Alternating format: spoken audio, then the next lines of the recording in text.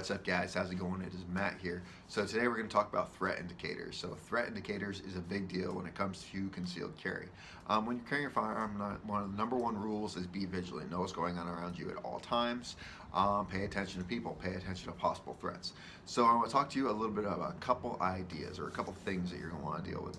So if you focus, say if you're at the gas station or the grocery store and you're focusing at every little thing, that soccer mom, this, all this other stuff, you're going to be going crazy on the old lady, the old man, whatever it is, you are going to be exhausted and you're going to be missing the threats. You can't be on so much alert that everyone becomes a threat and you don't know how to handle it. You have to actually look for specific things that you're going to be looking for.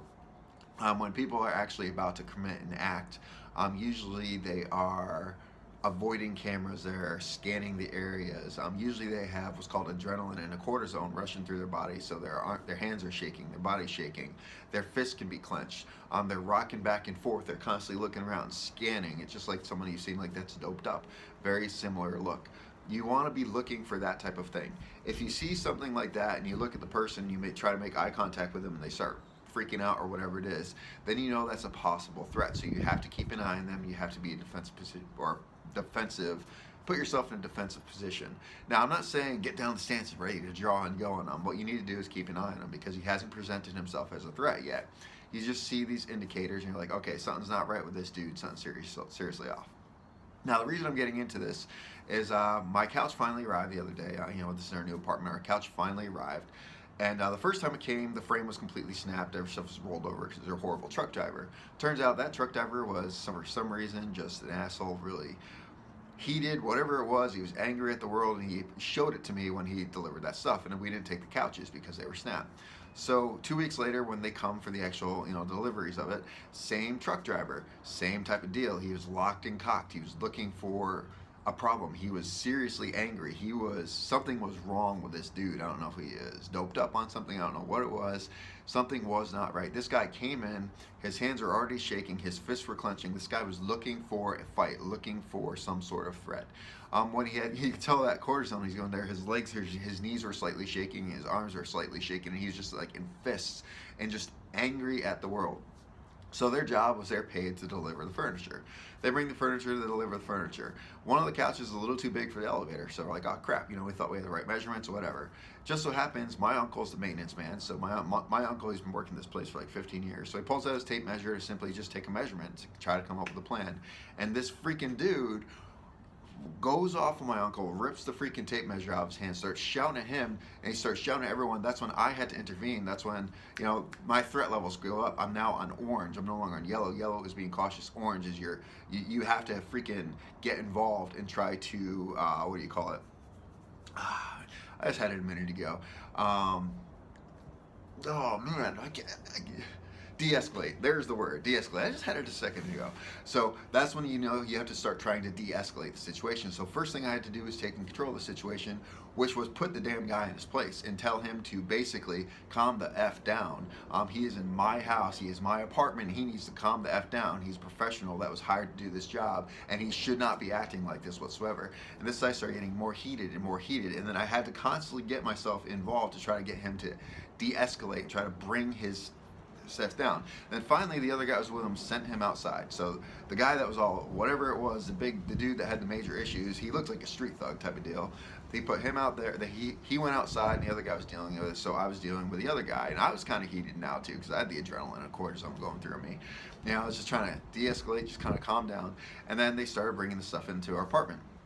Now, when the guy started bringing the stuff into the apartment, they take the couches and they just rolled it onto my floor, which was freaking ridiculous. You don't act like that. I don't care if you hate the world or you had a shitty day. You don't act like that to the people that you're working with. So they're rolling stuff on the ground, all right?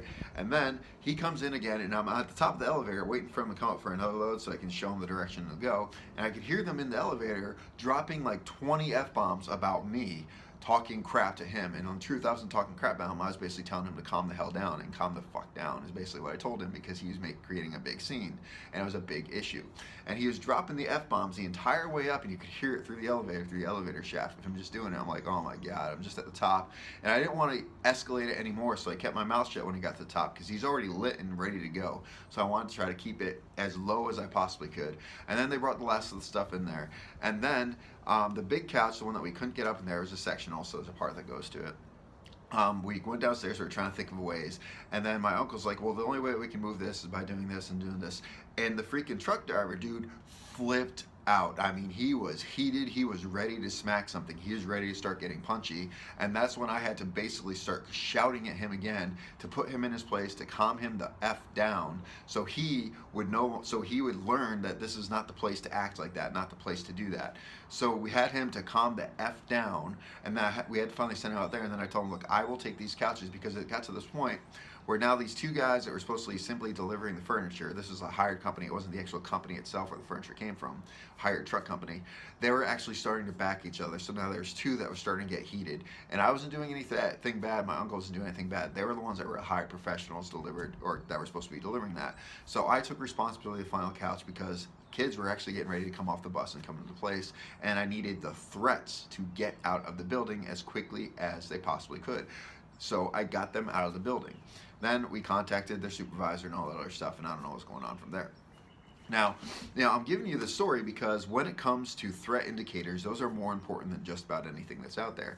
If you cannot recognize a threat, then that threat will no longer be a threat. That threat will be a violent attack. So if you see these violent indicators, you see these threat indicators, these stress indicators, the cortisol, the indicators this person's heated, this person's looking for a fight, then you need to back off and de-escalate the situation. Now, if you have no place to go, like I was in a situation, I had no place to go, then you have to take control of the situation and try to de-escalate the situation and get them out of the place as quickly as possible. If you are, say, going into a gas station or something like that, and you see someone like that, you keep an eye on them. If you have your children with you, get them the hell out of the building, because your children are your own personal responsibility. They are more important than anything else that's going on. So get them and bring them out. If you're in schools, like this goes for teachers, I don't know if I have any teachers that follow me.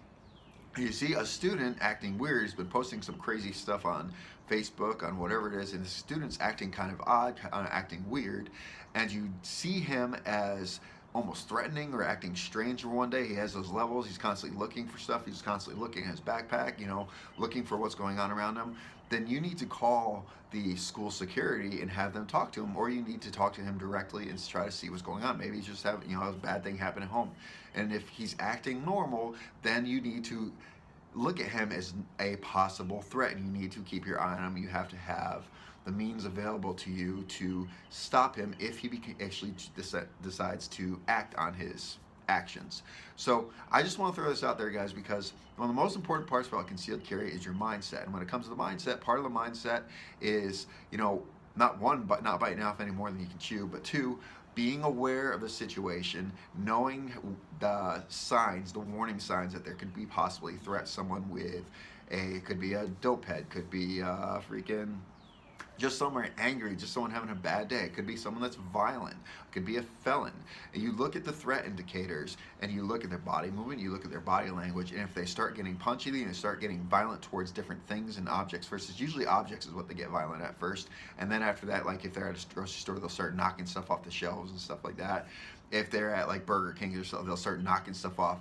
They usually take their frustration out on objects first, and then they shift it over to people. Now, don't quote me on that, because it could be both ways. It could be the people first, but it is an indicator. Someone starts taking their frustrations out on objects and things like that. Then it's only within a snap of finger, they will switch that over to the actual living, breathing person or animal or whatever it is. So just keep that in mind, guys, because when it comes to recognizing a threat, that is almost more important than carrying a gun, because at the end of the day, carrying a gun isn't what saved your lives. It's your brain being aware. That is what saves your lives. If you like this video, guys, like, share, subscribe. Go check me out on Patreon. You can help support this channel. And remember, guys, it's our responsibility to take care of each other and protect each other. Peace.